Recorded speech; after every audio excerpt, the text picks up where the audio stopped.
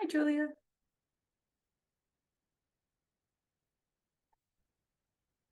Hi. David Chadwick. Hello. Hello. How are you? I'm doing well. How are you? Good. I was really confused because the Zoom said 3 a.m. precepts meeting. Oh, wow. Yeah, I think it's the link that I use for all of the precepts classes, and it's just kind of my overarching link. I should probably just rename it like, Well, yeah, you might have some, like, until I noticed it said you were there, enter. I yeah. was just closing it and going back, waiting for another link. Oh, gotcha. So somebody else could do that easy. Yeah, And then I yeah, that's a noticed. good point. Um, hmm. So where are you? So I'm in Hoboken, New Jersey. Our Zendo is in the New York City, is in Manhattan. And Hmm. through Zoom, we're sort of all over the place. Hmm. One of our Sangha members is here, Jim. Jim, you're in North Carolina, is that right? Right, I'm in Asheville. Mm. Ah, Asheville. I just did a podcast with Tayo Lipscomb, who is in Asheville, Yeah. in North Carolina. I recorded it this morning. Oh, you've been It'll busy. yeah, it'll go up this evening. I mean, a week from now. Yeah. Yeah, And that's what very time is interesting. it where you are, David? 10 p.m. Okay. Well, thank That's you all very right. much for joining us so late. Yeah. Can I ask you more? Please. Like, tell me about your Zen group. Sure. Are you familiar with Barry Magid? He's one of Joko Beck's Dharma heirs. Uh, by name, Yeah. certainly. So, yeah. So he started a Zen group.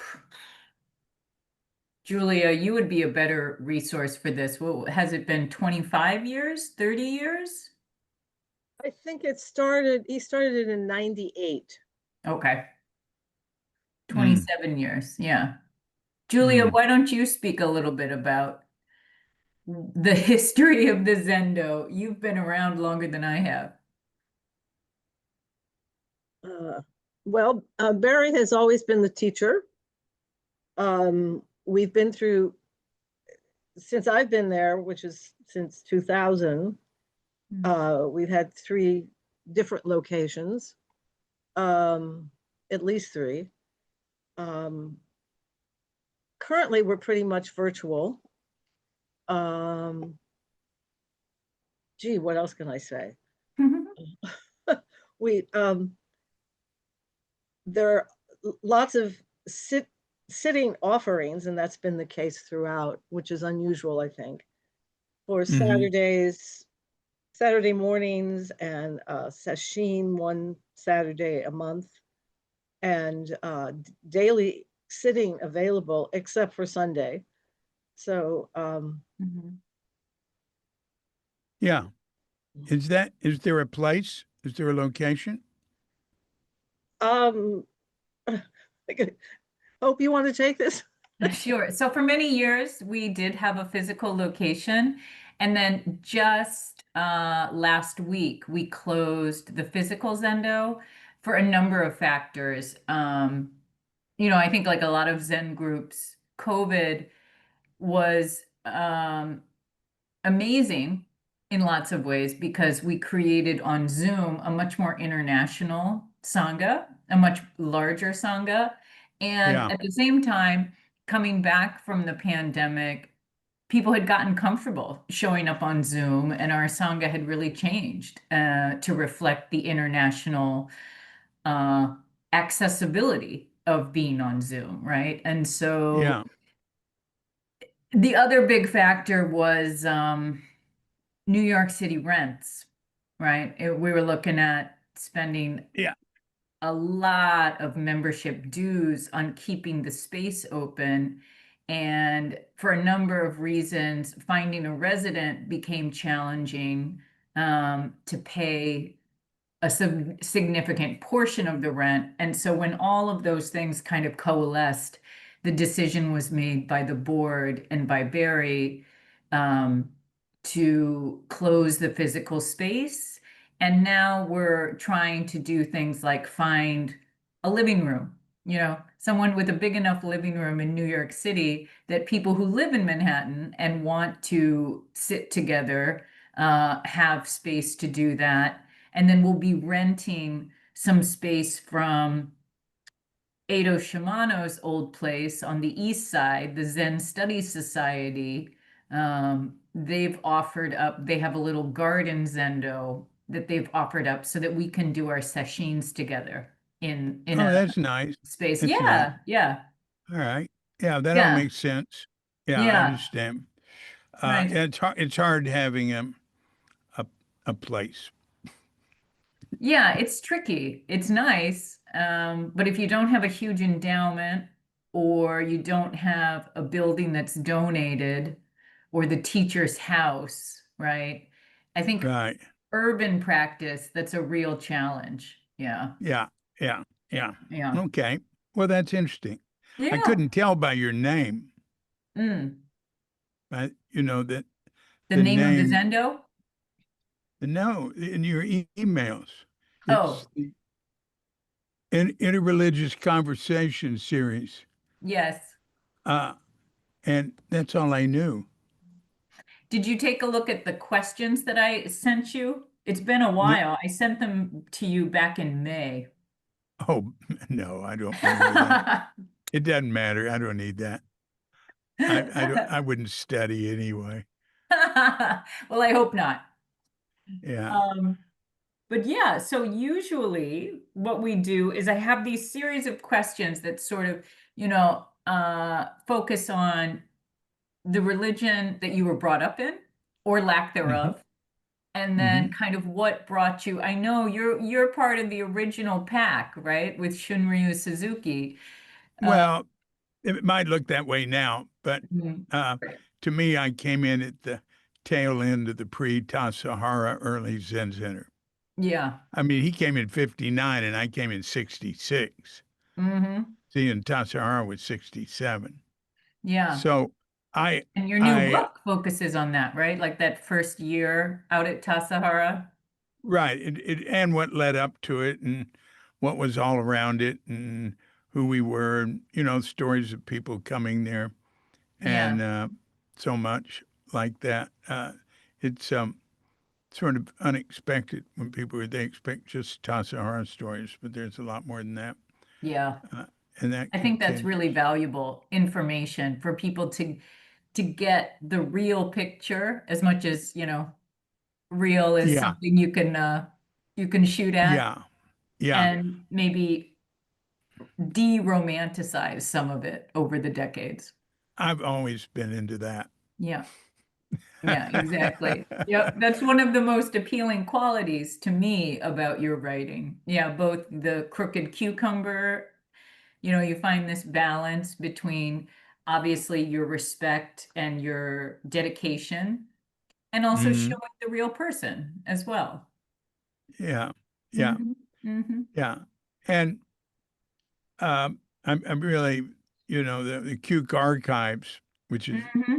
far vaster than the books, Yeah. really focuses a lot on all the people that have passed through. And actually, if you think of it in terms of like concentric circles, you Hmm. know, it it it goes pretty far out there. You know, uh, I just did a podcast with a guy from the Atlanta Zen Center who was at Mm. Tassajara for 1 month, just talking about his experience, but also it's the Matsuoka lineage, which is interesting and virtually unknown, Mhm. uh, and his experience at Tassajara. So, um, you know, I I sort of include all of us Yeah. in it. Yeah. That's great. Yeah, and Shunryu Suzuki has no, there is no story there without everybody else. Hmm. You Yeah, know, that sounds right. Yeah. Yeah. Yeah. yeah, yeah. Do you mind if I ask you my first question? No, I do not mind. All right, let's get this started.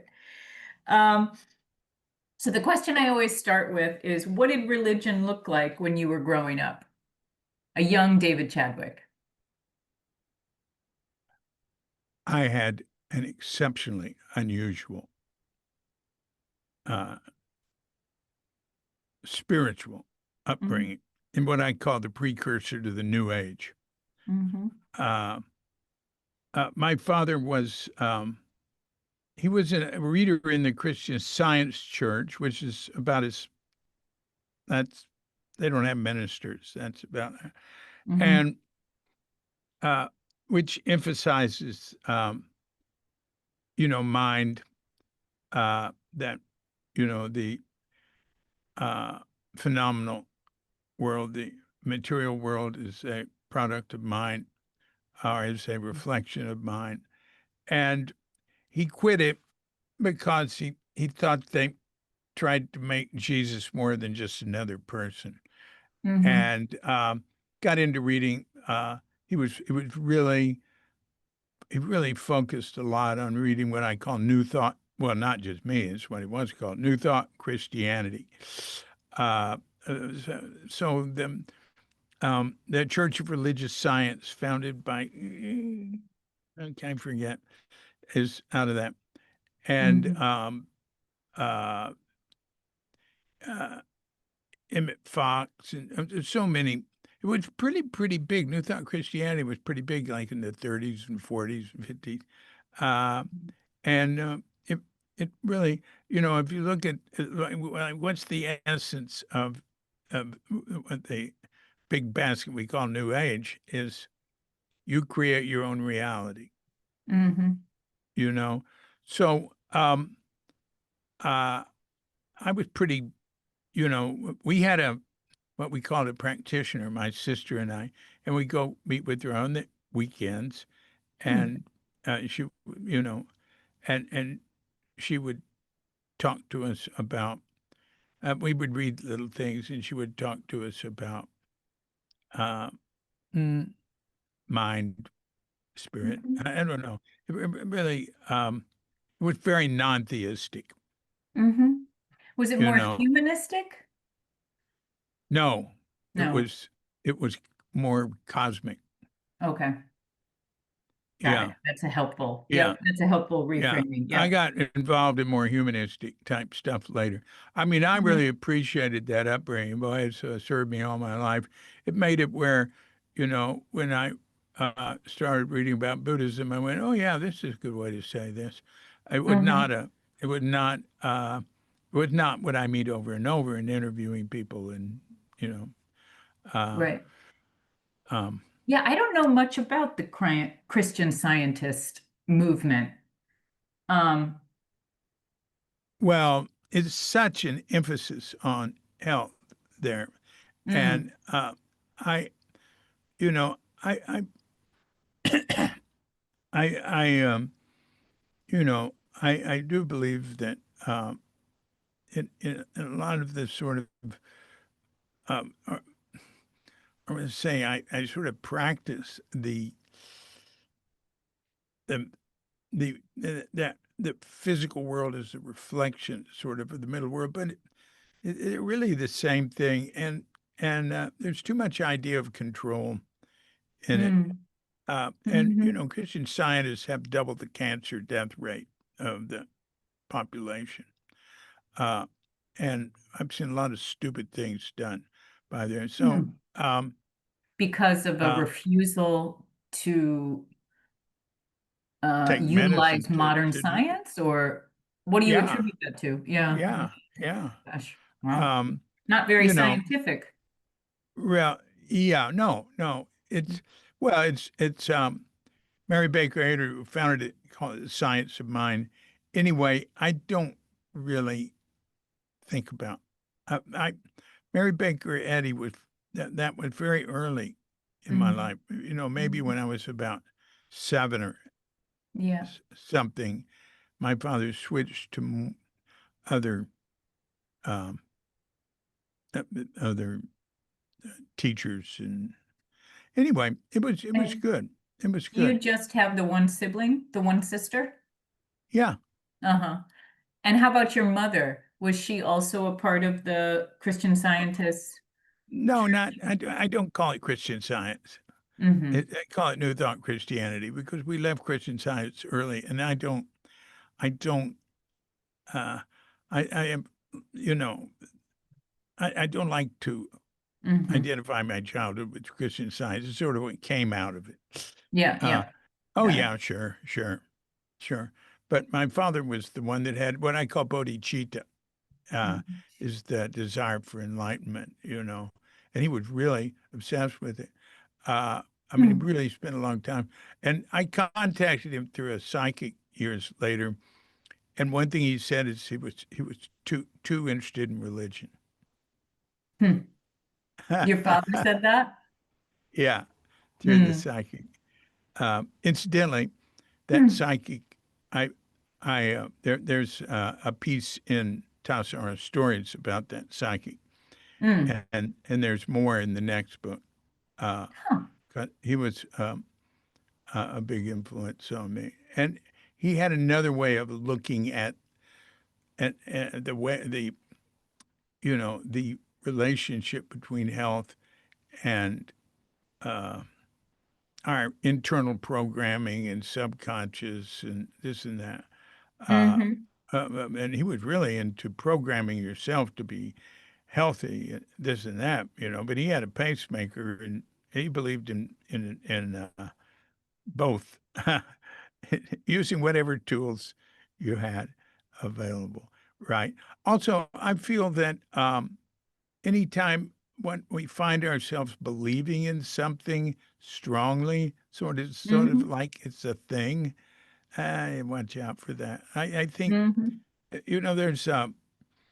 there's the I read once in some Tibetan thing. It said belief is the first door.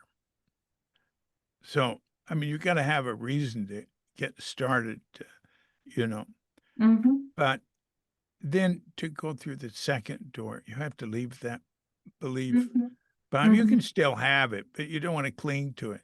I Right. mean, you don't want to identify with it and not be able to let go of it or forget it. And this is true in Christianity. If you Mm-hmm. look at any mysticism, they, you leave behind anything that's conceptual. Yeah. Uh, and so, Yeah, I think that cuts across all religions, right? right, right. Yeah. Uh, Mm-hmm. well, if you look at Aldous Huxley's The Perennial Philosophy, Hmm. which I can't remember any details about, it was Yeah, very right. short work and very influential, talking about the whatever we'd say, the higher teaching that we find throughout the world's religions. But you'll find so much of the lower that Mm. it Yeah. obscures it, and so institutions evolve around uh, you know great teachers are great teaching, and then they turn it into something to worship. And Mm-hmm. worship, if you understand the meaning of worship, which is it's what's worthy of focusing on, it's what's worthy of your attention, right? That's one thing. But um, if you're giving up your mind to it, like Nyogen Senzaki said, put no head above your head. Mm-hmm. Uh, you know, Don't put another head on top of your own. yeah, yeah. Yeah, that's Anyway, a good core teaching. Um, yeah, Thomas Jefferson said, and look, he rewrote the Gospels, uh, yeah, and yeah. he said, we have a brain. We shouldn't just believe things without, you know, considering it. Hmm. Um, anyway, Yeah, he certainly utilized that in a variety of ways, right? Yeah. yeah. Although Um, I forget everything pretty much. I hear you. Someone else once said ignorance is bliss, right? Right. Uh, Um, so what do you appreciate the most about the religion from your family, the religion that you were born into? You touched on that a little bit, but well, like more my father said, explicitly.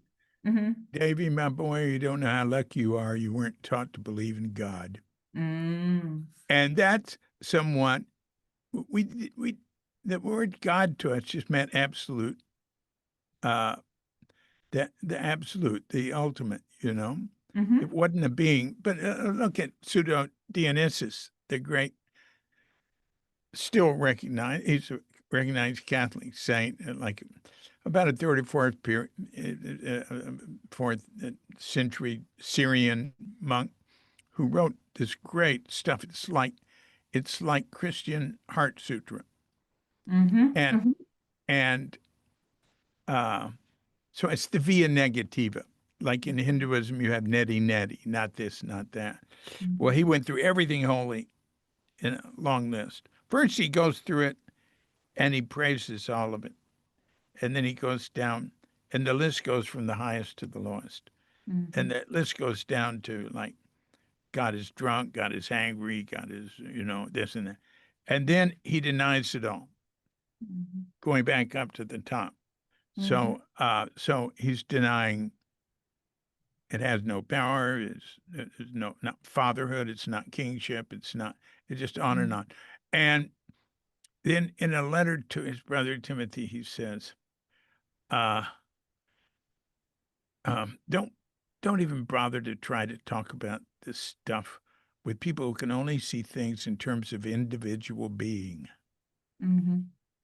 Uh, if they can't get beyond the idea of individual being, Hmm. they're not, you know. And he said, and even lower, worse than that, there's those who see the highest in terms of the lowest. So I think that means literalism, Hmm. you know, uh, Hmm. taking myths and stories, metaphors, they're all hints, just trying to help us to wake up. Right. Taking them, and then, it's looking at the finger instead of the moon, Hmm. right? And believing in the Hmm. finger, worshiping the finger. Yeah. However, on the other side, Ramana Maharshi said there's two ways to awakening. One is insight, but the other is devotion. Hmm. So, uh, devotion, what does that mean? That means like really, I guess, just focusing, concentrating uh, on something to the elimination of yourself. Uh, so, Do you include the unknown within that devotion?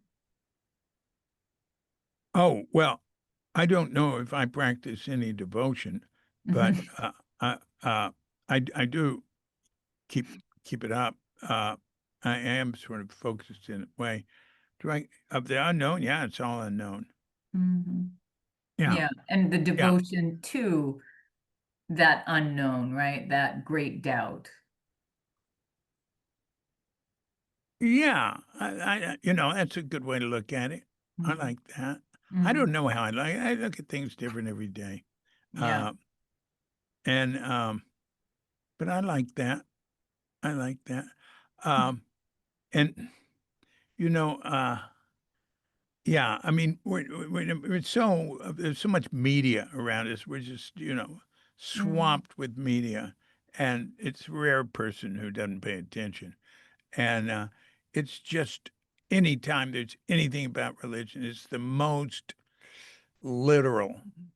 I mean, everything on the internet, like by Neil deGrasse Tyson or Carl Sagan or Hmm. Christopher Hitchens about religion, it's Hmm. just it's just like saying fairy tales aren't true, you Hmm. know? And Tom Hartman, like maybe the best known progressive talk show person in the country. He had Christopher Hitchens on, and Hitchens was saying his stuff. And Tom Hartman said to him, "Yeah, Chris, but don't you feel like you're shooting fish in a barrel. Do you understand that? Like, Mhm. that's easy pickings. Right, Uh, right, they right. stay on the surface. They think they've shot the fish in the barrel, and that's all there was. They have no idea there's anything deeper.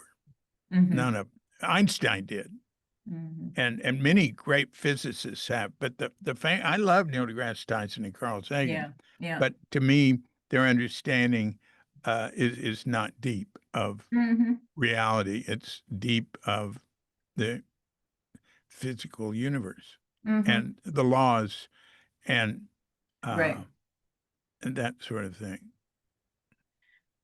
So can you describe for us a little bit about how you came to Buddhism and Zen in particular? Sure.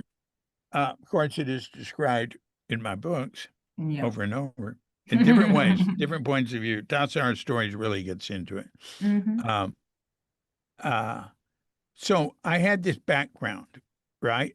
Right. Uh, and You were primed. huh? You were primed, it sounds like. Yeah, that's true. Yeah. Yeah. Uh, and then uh, I I got involved in some you know with the civil rights stuff and Mhm. SDS and that. Uh, and I hope to SPS. What is that? Students for a Democratic Society. Okay. Uh, that was the most famous, the leading uh, sort of. Uh, they were into participatory democracy. It was very run by a bunch of intellectual progressives, like Tom Mhm. Hayden was the best known. Mhm. Uh, and I, I knew him, and but I was like. I've got a book about it. I hope to get out after I'm through with this Tassara Stories. They're called Mm. Freedom Songs: My Journey Through 1964. Oh, how And nice. uh, Yeah. and and after that, Mm. I went to Mexico and discovered the joys of marijuana, and then that As one would. yeah, and then uh, peyote, mescaline, Mhm. LSD. I didn't take excessive marijuana. I smoked too much, right? But with psychedelics, I was very careful and Mhm.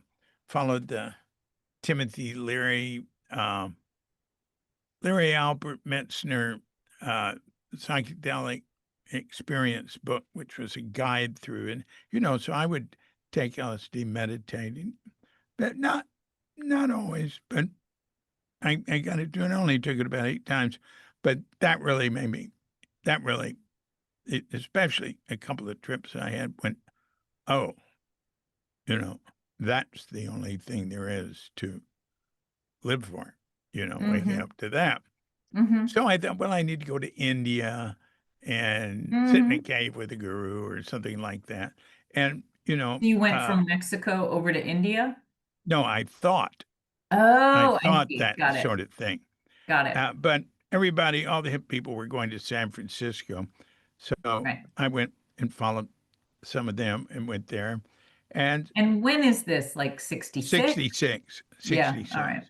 Yeah. And, that's the 66 was really a great year for the Haight-Ashbury and all that. Yeah. And, and I My had, goodness. yeah, a period of some much enjoying that. And I tell about that in Top Horror Stories. I tell I don't philosophize or say general things. I tell particular things that happened, Mhm. uh, and I don't then comment on them. I don't comment on it. I don't say anything that moves you into the future. I just keep telling what happened. You know what I mean? You let the reader draw their own conclusions. Oh, totally. I really Yeah. believe in that. But I do it naturally. But I don't go later on. This person became a very famous. I don't do anything like that because Right. so you're there, and sometimes I know people will say, "Well, that's very sexist," or "That's racist," or well, that's the way it was then. I That's the mean, way it was. Right. well, that's the sort of language that was used. We didn't say blacks and this and that. We said Negro, and Mhm. they said Negro. Right. Uh, Right. and that sort of thing. So I have a little thing in the preface that mentions that. Uh, Hmm. but Yeah, anyway, it's important to capture the past yeah, in its yeah, reality, not the way we might wish it to be, right? yeah. You know the phrase presentism? Sorry? Do you know the phrase presentism?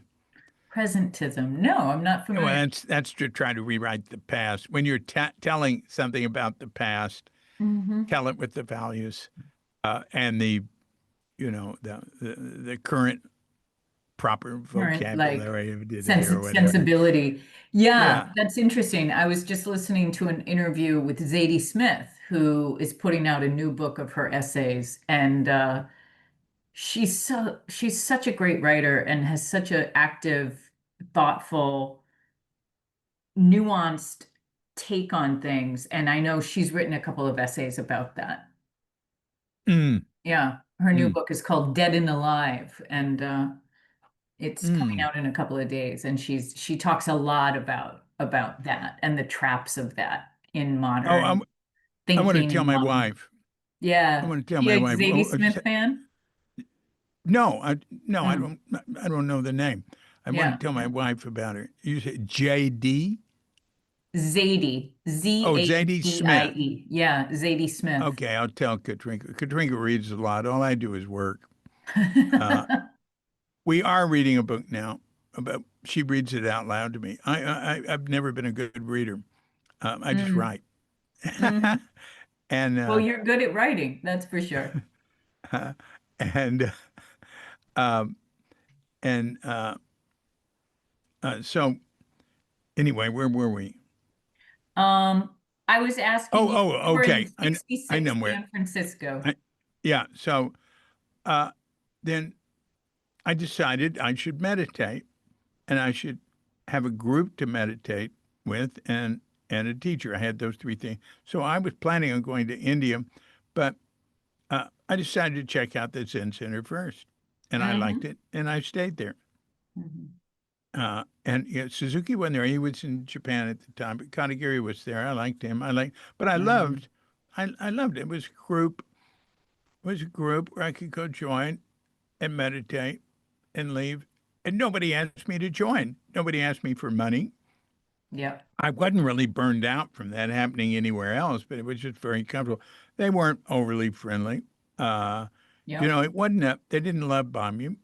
You know that phrase? Right. Oh That's yeah. that's a They let Mooney you come phrase. and go. Yeah. Huh? Yeah. Like Soka Gakkai and the Moonies especially practice love bombing. Oh, yeah, And, yeah. and incidentally, in the second book, I have a great story about going to a Soka Gakkai meeting, getting a free meal and, with a friend of mine. But I will not, there were no spoilers. Uh, and Yep, no spoilers. yeah. And so anyway, I thought I'm I'm going to come here every day for a Yeah. year and see when I like it. So Yeah. I did. And then you know, I was 10 years what I call a company man for Zen Center. I got ordained. I was a priest. And then, Mhm. After 10 years, you said. yeah, Yeah. people I do podcasts with are 30 years, 25 years. So they've all practiced way like in, that formal practice more than me. Right. And then after 10 years, my wife at the time and I went separate ways, Hmm. and then she asked me where I was going. Well, I took our kid. We had a 2.5-year-old just to give her a break for Yeah. a few weeks because I've been so busy and doing so much stuff for Zen Center. And she asked me where I was going, and I told her, and she said, "No, don't go there. Go see Liz. That's who you love, or that's who you like." So I went and saw Liz and lived with her for 8, 9 years. And uh, who's Liz? Catch us she, up. she was like sort of like my second wife, but we never got Hmm. married. Got it. And Was uh, that also in the San Francisco area, or did you move yeah, out it was of the city? Bolinas Okay. North, Yeah. and I continued doing things for Zen Center and being involved with Zen Center, and Hmm. sometimes I'd be living there. So for the next 10 years, there was that sort of thing. I was involved. And then And did in, you keep you said you had a daughter? no, we had a son. And did Oh, your well, son stay he with was with you? both of us. He was with both of us. Yeah, okay, got it. Yeah. But when he was 12, she moved to Spokane, Washington, because Oh, okay. she had a teacher she wanted to go with. So that changed everything, and that led to me going to Japan. Okay, so that's I when thought so when are we talking? Like, is this around like 1980? 88 is the year I 88. went to Japan. All right. He was born in 73, so 85, more like 86. He Okay. went to Spokane, and he was coming down and seeing we were spending time. But uh, I had spent so much time with him when he was younger. We were Mm, pretty, it wasn't, a lot of times it's the opposite. The father will have more involvement as they get older. But mhm. he and I are very involved now. Both my sons and I are very in touch quite a bit. Mhm. With the connectivity you have these days, and Yeah, I've been living in Bali 12 years. I have not been back to America. They've come here. yeah, Uh, yeah. and I can see the appeal. yeah. Uh, anyway, so uh, I had a good You went off to experience. Japan. Did you continue um your relationship with San Francisco Zen Center when you went over to Japan, or did you kind of start Oh, over? I know I you were was always teaching English there and well. I studied with Shoto Arata and Sogen. He's a Rinzai teacher, but yeah, I was Mhm. at his incident. It was sort of like, sometimes people would say, did you quit practicing? Did you leave Zen Center? I said, no. I said, Right. look at it like a university, or Yeah, look at it like a school. yeah. Not everybody stays in this school, you know. Yeah, Uh, totally. you got you got And to the move on. school is But stronger for that, right? The school is yeah, it stronger by the people who leave and go and do their own thing. Yeah. right. I'm an alumni, and I'm still Yeah. today. I'm very just in in this week in a couple of days. I'm going to speak with Zen Center priests. I've got a Zoom Mhm. meeting with, I think just the city ones, but there's so many priests in the Zen Center. I mean, Oh my God. the word. That's what I was going to ask you is what do you make of being at the Zen Center so early on, right? When it was just starting out? Yeah. Um, I have a lot of questions about that, but I guess my first one that's coming to mind is what is your sense of the San Francisco Zen Center today? Like, what are they doing really well to foster Buddhism in the West? And what what maybe would you do differently if you were still more a part of it? Oh, uh, I think they're doing very well. I Mm, think all the groups are. I'm not very critical, you know. yeah, I mean, I am critical, but that's at a lower level. yeah. You know what I mean? Hmm. Uh, uh, and I, I I do a lot of podcasts with the older people. I do some with the younger ones and trying to do more with the younger ones. Only do one a week, so it takes time. But uh, I get really good reports. My son Kelly goes to Tassar once a year. He's got a big uh, tree trimming business, and he Oh, takes a whole crew there, and they do massive amounts of tree trimming and tree work for a yeah, week. And he's very, very sensitive and aware. And um, if you listen to the podcast with him, Kelly Chadwick, actually, there's two of them and there's one last year and one this year, just reports on his feeling about the place. And he spent a lot of time there growing up because yeah, right. I lived, he was there when he was a baby, but then we'd go back for 10 days in the summer and I'd wash guest dishes and he'd work in the kitchen and just be there. And so he has a real sense of it and the spirit of it. he's more sensitive than I am Mm. in many ways, and just has wonderful things to say, and how much he respects the practice and the people there, and what good vibes it has. Um, That's great. I and the, I mentioned I did that podcast with the guy from Atlanta who was there a month.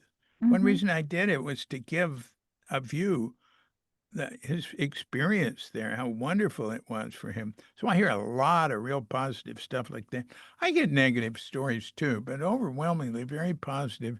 And Mm. well, I'm not interested in I'm not interested in functioning as a priest. Yeah. It's sort of, but in our tradition, it's not like in the Thai tradition. In the older one, you're either a priest or not. I mean, our Mhm. priests are lay people, and our lay people are like monks a lot. And, Yeah. you know, and uh, so it, it, I would say in Japan, Mhm. it's, you know, where the priests there are definitely lay people. Not all of them, not Shodo Arata. There are lineages that are more strict, but priests in Japan tend to have temples and families and Mhm. dinner parties and Yeah. stuff. Zazen once a week, once a month with a group. Right. Or so there's a lot of that, but there is a lot of practice hidden here and there. But uh, it um, uh, uh, let's see, what point was I going to make here? Uh, oh, I can't remember.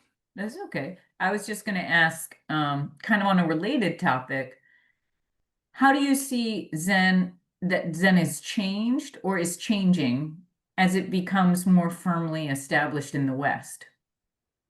Hmm. Well, oh, I know what I was going to say. Please. It relates to this. Uh, I lost interest in wearing robes or doing anything priestly. But so I'd say in Japan, they'd say, well, so you quit? I'd said, no, I'm a paper. That means paper, right? Mhm. Paper, I'm paper bosan. Uh, and that means I'm a paper priest. Only Mhm. on paper, because they have paper drivers. They get a driver's license and don't drive, right?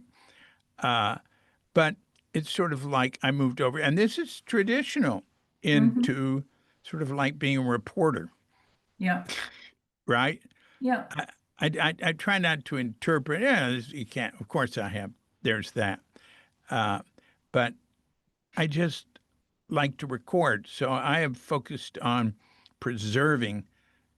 Suzuki's lectures, the audio, the Yeah. You're like video, an the archivist, you know? yeah. So I'm an archivist, and hey, I tell you, if I go to a country, never say writer.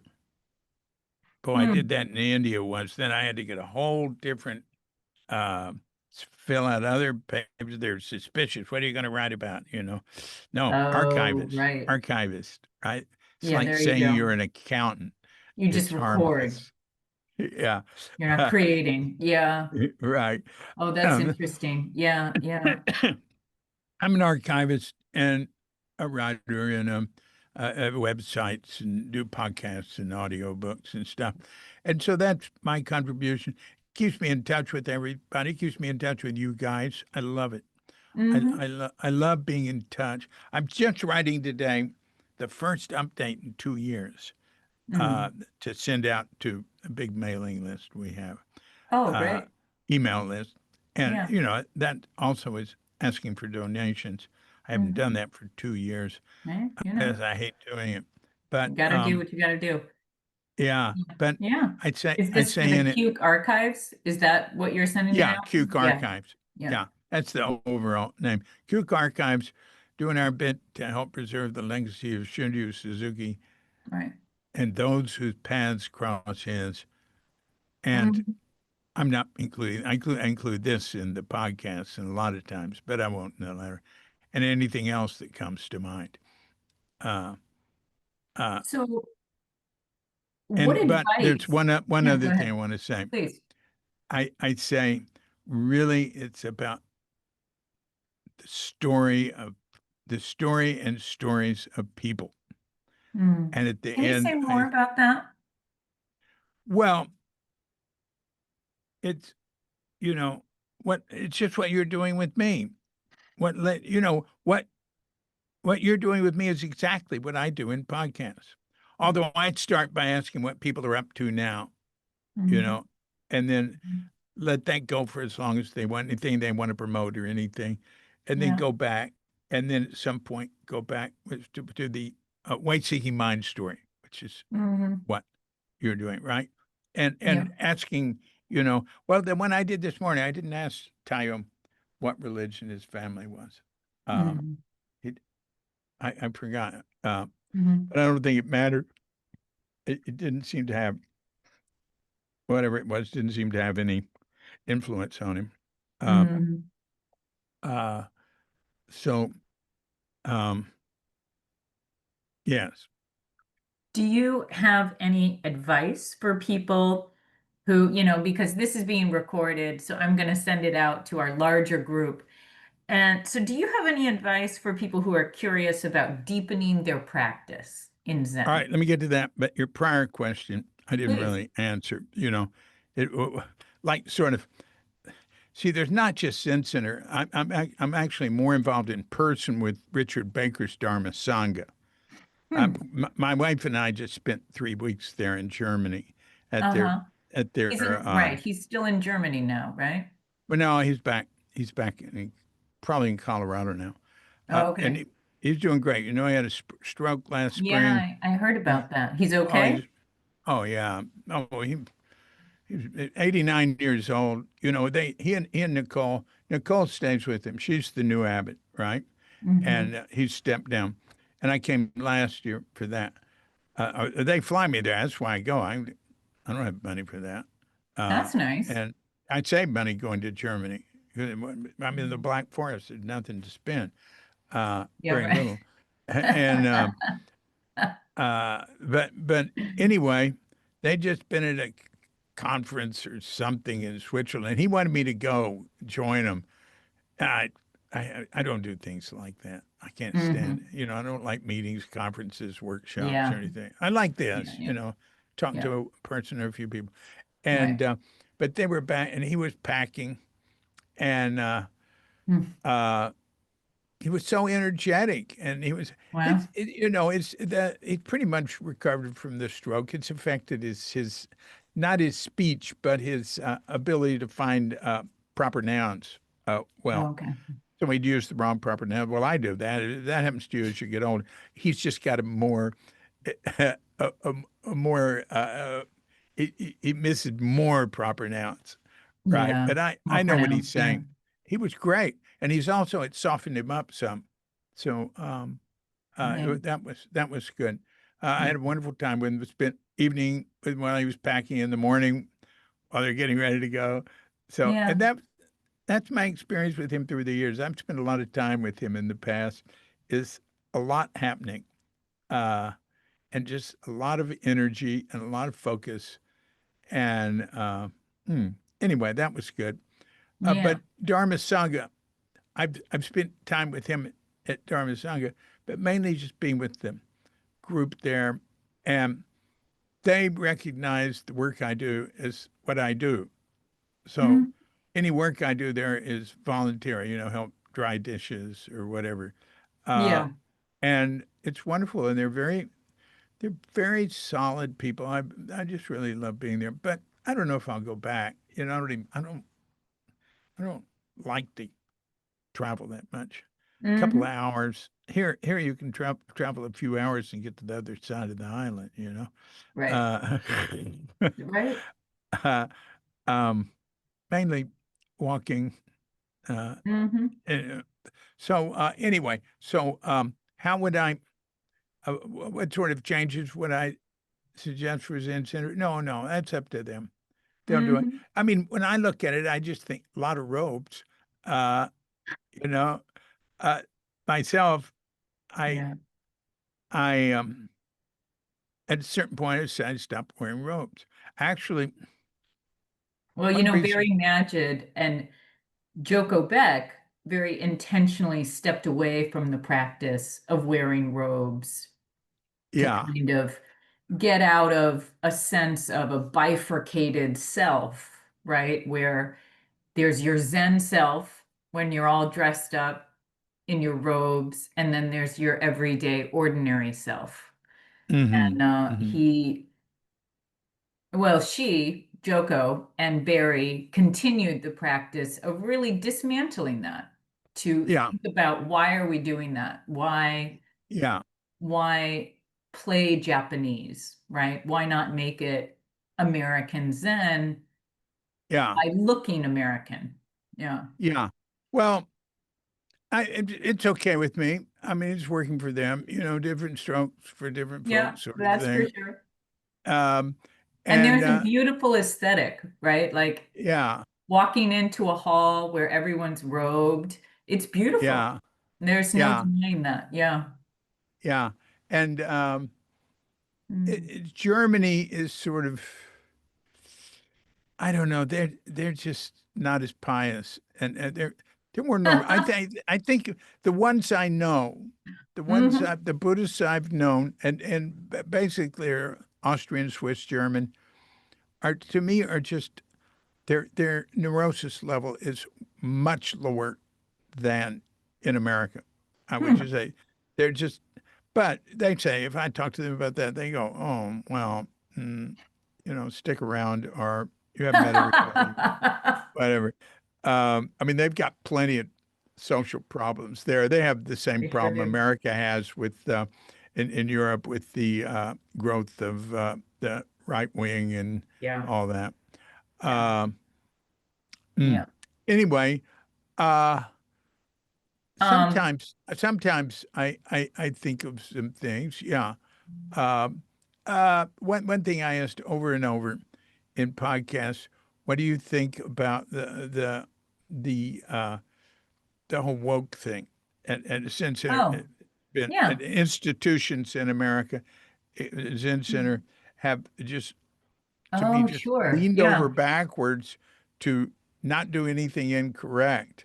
Hmm. Uh, and, to me, it was all sort of out of balance. It was good. I mean, it's all good, but it's Yeah. just like we, we, as we evolve, sometimes a new area is opens up, and then it might o- over get over emphasized in a way that actually sort of uh, s- splits people apart in a way, Mhm. or both. But anyway, San I get Francisco people's Zen Center comments. has certainly had some of that, right? Yeah, Yeah. that's hard. Some of the old hard- folks running but into a there's bit of that there. Yeah. yeah, but there's also institution like Zen Center has to worry about getting sued. Yeah, absolutely. Yeah, Oh man, I mean, there's so much litigiousness. Uh, for that sure. and I know, I'm tight with uh, people who there who been abbots and on the board and this and that, Yeah. and that's a problem, man. You got to be careful what you do and You got say. to be really careful. You know, Yeah. Yeah. I It's used a to do stuff litigious world these days. right. I Yeah. used to help the Lucas George Lucas people with getting together audiences for our premiere movies because I'd Oh, worked for the really? California Conservation Corps, and I could get like 1,000 Corps members on a minute's notice who didn't know where they were going because of very tight security on Hmm. these showing a film, getting people's reaction before it's in the theaters and before it's even finished. Hmm. Hmm. And so I was friends with Lucas's administrative assistant for years, Huh. and like things happen, like a girl writes a letter and says, "Oh, I love Star Wars. I think Luke and it ought to turn out that Luke and Princess Leia are what, brother and sister Right. something like that." And when it turns out it was the way, her family sued. saying they stole the idea from her, right? Oh my goodness. So they Wow. stopped opening letters, you know? Yeah, Uh, right. a guy I know knew I had that connection, and he sent me a whole thing he wrote on a manual for Jedi. He put a lot of work and time in it. I sent it to Jane, and she said, "We just sent it straight back to him unopened. We can't, you know, we You can't risk anything it. we look Right. at that. Anything that he says that we do will be subject to getting sued." So, Right. I mean, that's the Right. way the Zen Center, in their own way, I know, experienced that. Now, we did not think about that in my day at Zen Center, Yeah, you right. know. But there have been some pretty, there have been people who've made really, really caused a lot of trouble with Zen Center uh, over things that are, you know, uh, anyway, you got it. Yeah. Yeah. So final question, because I want to be mindful of your time and let you go. Oh, What I'll keep talking to you. I enjoyed talking to you, and oh, you know, so. that's very Uh, kind. but you might want to keep it uh, to a certain amount of time anyway. Um, the last question I have, and then I'd be happy to open it up for any questions. What three books from any genre do you recommend to our audience? Well, I'm a really bad person to ask about that because I focus so much on the work I do and research around it, and uh, I tend to read books written by people I know, and Hmm. I'm a very slow reader. Hmm. Uh, and uh, I, you know, my curiosity, what I want to learn from, is like a little more cosmic in a sense now, Hmm. and I'm not a good example of that. But all right, three books. Well, of course, you know, the three books that everybody mentions are like Zen Mind, Beginner's Mind, Cutting Through Hmm. Spiritual Materialism. That three big books back then, and Kaplo's uh, uh, Three pillars. Three Pillars of Zen was enormously important. So I tend to look at things in terms of how influential they are. In Yeah. terms of today, Hmm. uh, well, all right, I would suggest, Yeah. you know, these are not the three best books for understanding spirituality, maybe, but I would suggest reading William James' The Varieties of Religious Experience, which I think was published in 1900. Well, Uh, tell me William James is the author. What's the title again? the Varieties of Religious Experience. Huh. And Don't then know I it. would suggest a very short piece Hmm. by Pseudo Dionysius, the mystical theology of Pseudo Dionysius, to Hmm. open people up to the fact that you know uh, what we think of as Buddhism, Hmm. and uh, it's, you know, the essence, the perennial philosophy. And there's another one, Huxley's perennial philosophy. Mm. Uh, Yeah, you mentioned him it, earlier. Yeah. yeah, um, and Mm. mm, I I loved, I have I to admit, loved, I've only read Huxley's fiction.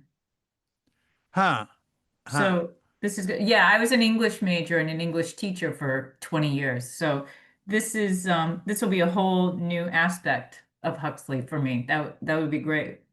Yeah, it's a short thing, and you know, he wrote The Doors of Perception, Yep. and that was about psychedelics. He was an early psychedelic person.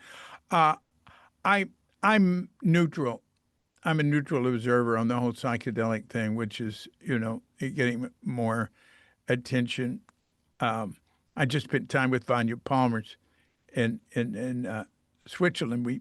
He made us a nice lunch. He founded Felsentor and some centers in Switzerland, Austria, Mm. and amazing guy, really into animal rights.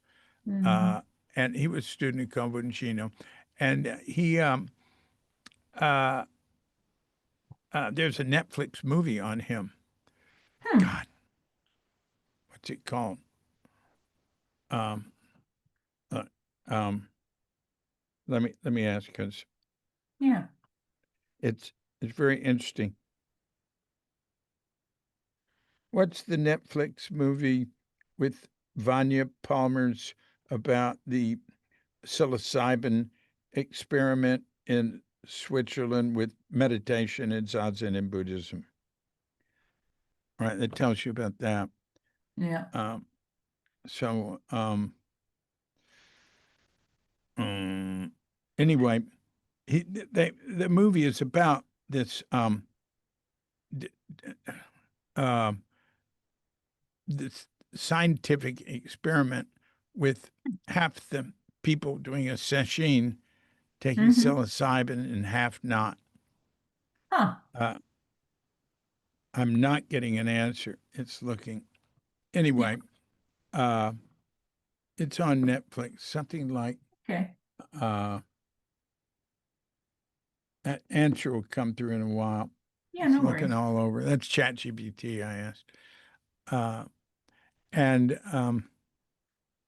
I uh, can always email you and ask for that title. yeah, yeah, Yeah. All yeah. right. It's like it's like oh, there it is. Descending the mountain. Oh, okay.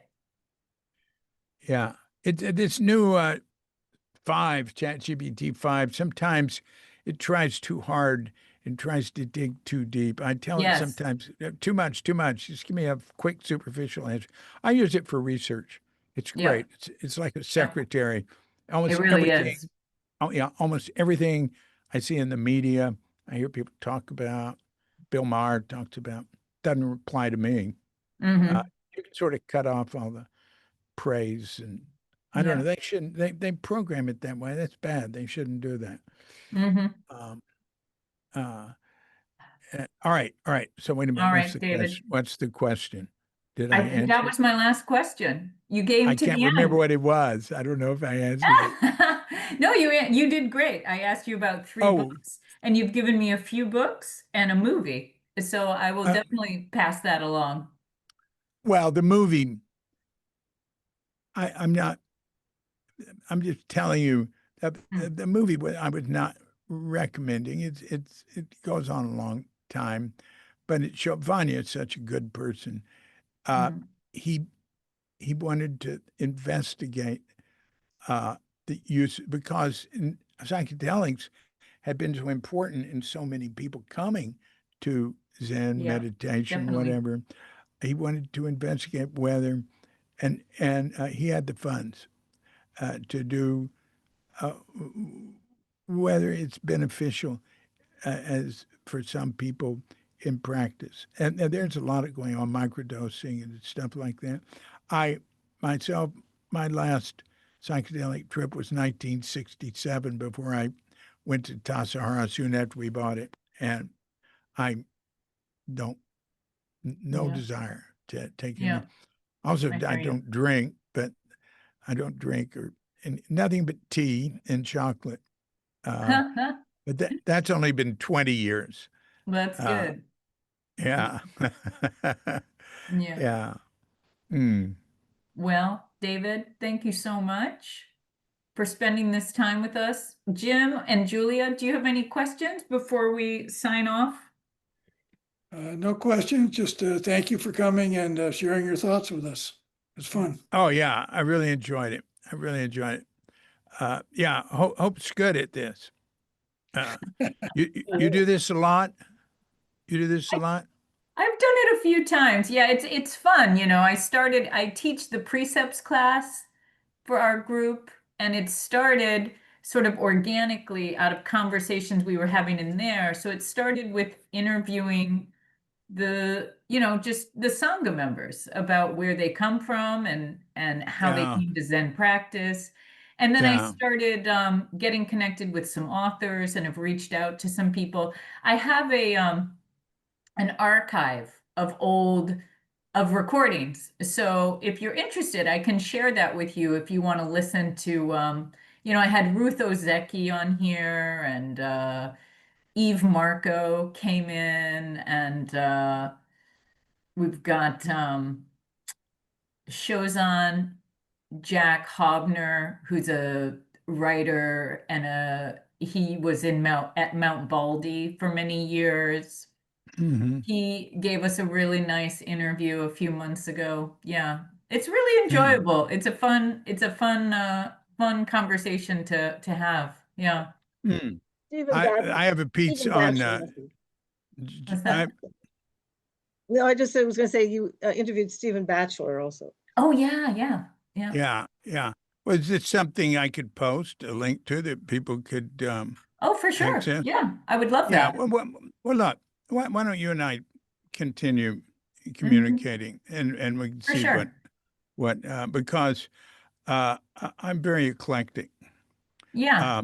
In terms of listening, I don't, even though I make audiobooks and podcasts, if I get something, I put it in AI and transcribe it immediately and read Yes, you're just like my it. husband. He does the same thing. um, you know what? Well, look, I just had a thought. Mm, What we're doing is American. that's This right. is completely, I never thought of this before. This is absolutely nothing this goes counter to our teachers. That you go back to Japan practice, you don't talk Mm, about yourself. You that's don't, right. you That's don't, right. That's right. you forget it all and you practice and you concentrate. So That's right. I know all that's true, but at a certain point, I go, mm, Mm, I go toward sort of like I go toward uh, the green lights, mm, not the red lights, and I'm that's right. cautious at the yellow lights. But it's sort of like Joseph Campbell saying, "Follow your bliss," you know, Yeah. and I just, you know, I I I Mhm. I feel that there are things to do on Earth now. One thing, Suzuki, Meister Eckhart, and Hmm. Ramana Maharshi have in common. They all said, don't meditate too much. You know, I mean, Ramana Maharshi said, like a Words of couple hours in advice. the morning, but like somebody always praising Ramana Maharshi on something on Q.com. Q.com's 26 years old. Mhm. Uh, so actually, December 27, December 98. Uh, and somebody said, yeah, but he doesn't believe in meditation. Mm. I said, yeah, he thought 2 hours in the morning and 2 hours in the evening was enough. It's- That's not believing it. Meister Eckhart said that same thing. You get up and do things. Mhm. Uh, so anyway, Barry this is what. Magid, our teacher, says it this way: no pain, no gain. Right, right. Where And, he's intentionally structured our sessions uh, with plenty of zazen, but also yeah, it doesn't turn into a survival contest or a competition of who can suffer through the most. yeah, yeah. Yeah. Well, I've done. Uh, I'm. I don't feel that. With the sesshin, I think it's okay if it's intense and Hmm. uh, all that. But I'm thinking like Suzuki would say, one or two sessions a year is enough. Don't because Yep. there's people that were chasing after all these sessions just from one after Chasing another. after Satori. Yeah. Yeah, yeah, Yeah. um, Yeah. hmm, That can be kind of a dead end in and of itself. yeah, Yeah. yeah. Anyway, that's interesting to think. I had never thought of it that what we're doing is uh, really a new. This is a new way to look at it. Uh, Mhm. a new way, a new way to express ourselves. Uh, Yeah. yeah. I Hmm. think that's right. That's a Yeah. beautiful place to end for today. So thank you so Yeah. much, and we'll definitely be in touch. Yeah. I've really enjoyed it, Yeah, and me too. nice to meet all you guys. And You until too. we meet again. I would love that. All right. All right. Take Thank care, you. David. Yeah. Thanks. Bye. Bye bye.